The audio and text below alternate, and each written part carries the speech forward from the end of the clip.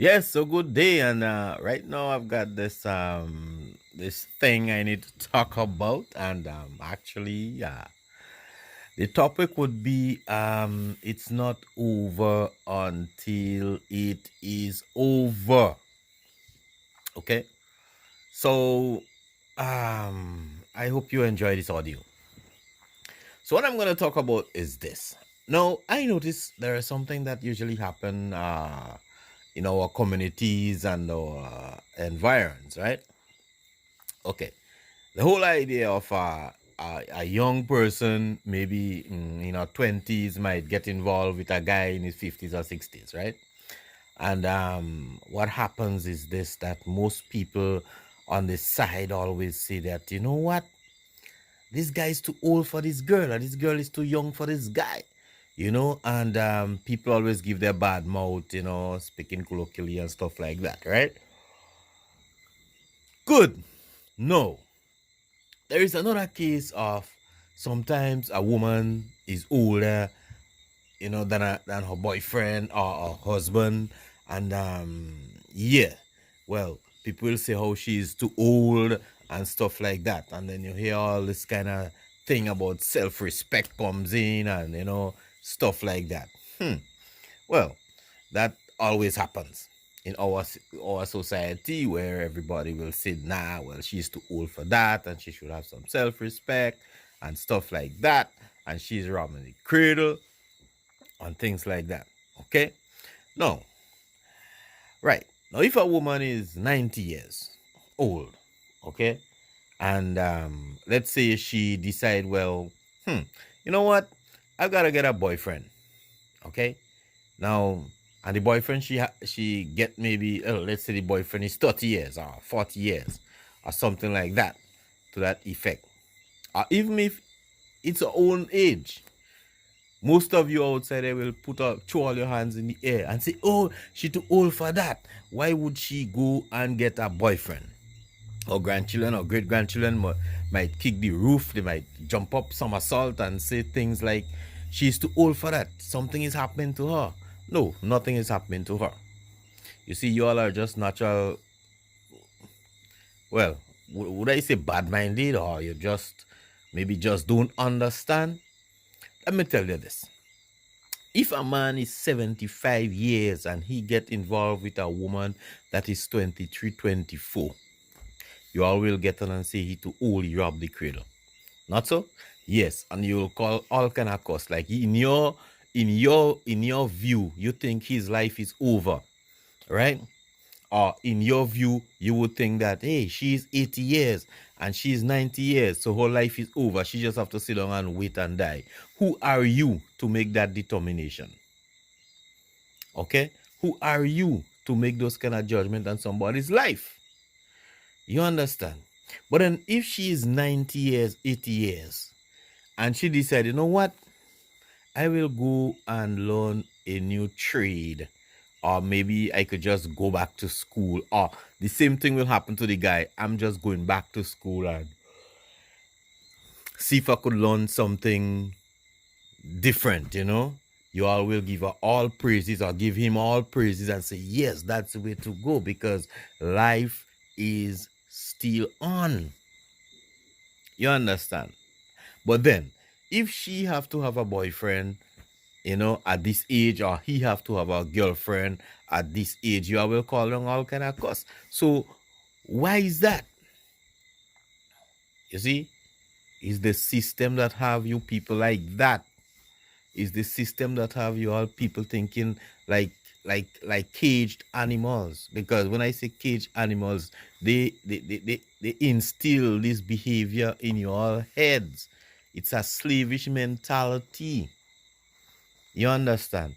And that slavish mentality tells you that if somebody is at that age and they are, they having sex, because in your mind, deep within you, you look at sex as something that is dirty.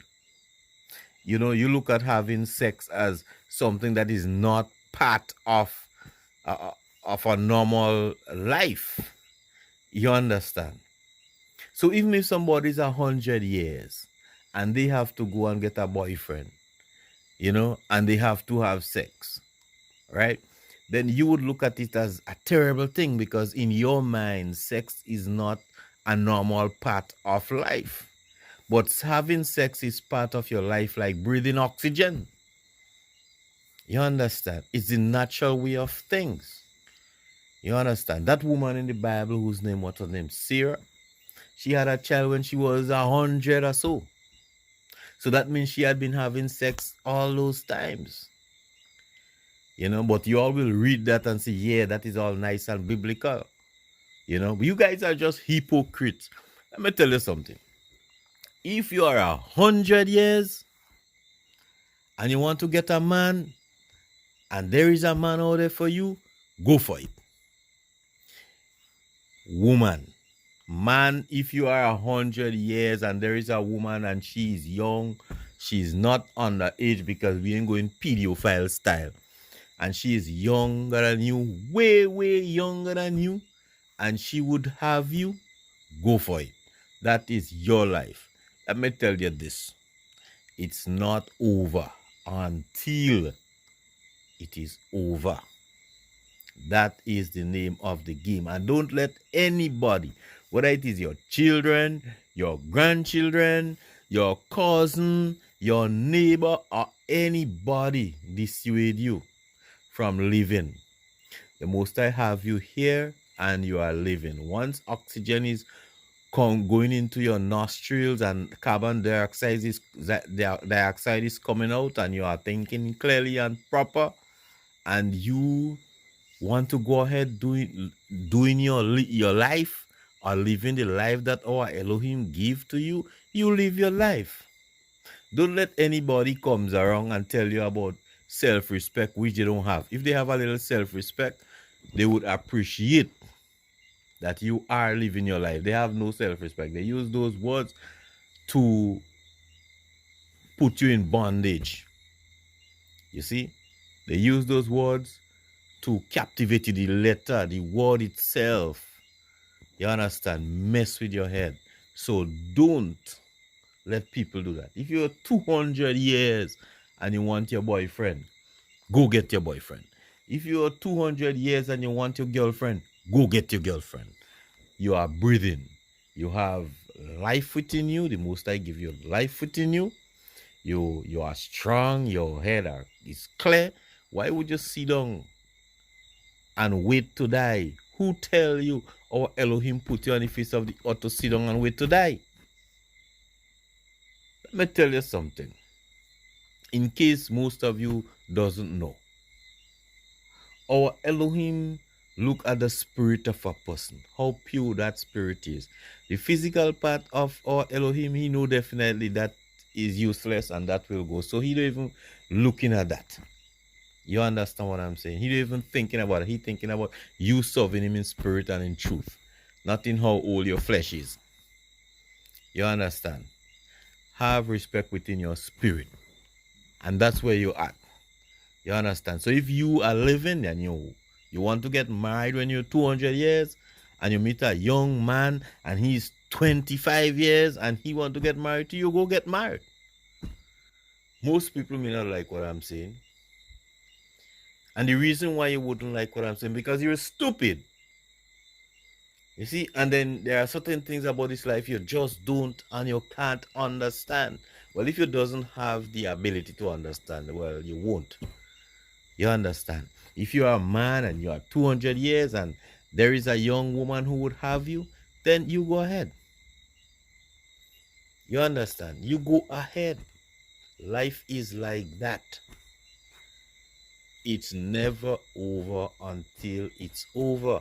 Don't wait when you reach 60 years. Most of you all give up your life when you reach 40 years, as a matter of fact. Most of you have 2 children and you give up your life. You never reach 30 years and you give up your life. You all in your mind and in your everything and you give up your life. No, not everybody like that. You have some people who would live. It doesn't matter. You have to live. As long as you could see the sun shining, as long as you could feel the rain upon your head, as long as you could see the moon shining, you could walk around and you could tell somebody, hi, how are you today? or Elohim love you. Once you could do those things, you are alive. You see? And if you are alive, then life goes on.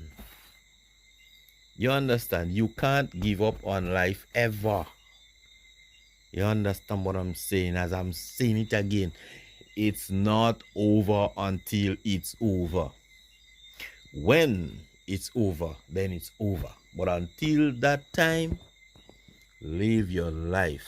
Age have nothing. I said it, and I will say it again. Age has nothing to do with your life. You are an eternal being, not a temporary being. And when your temporary time is finished on the face of the earth, you still continues. So go ahead, live your life. Simple. Just live your life. As I said, it's not over until it's over.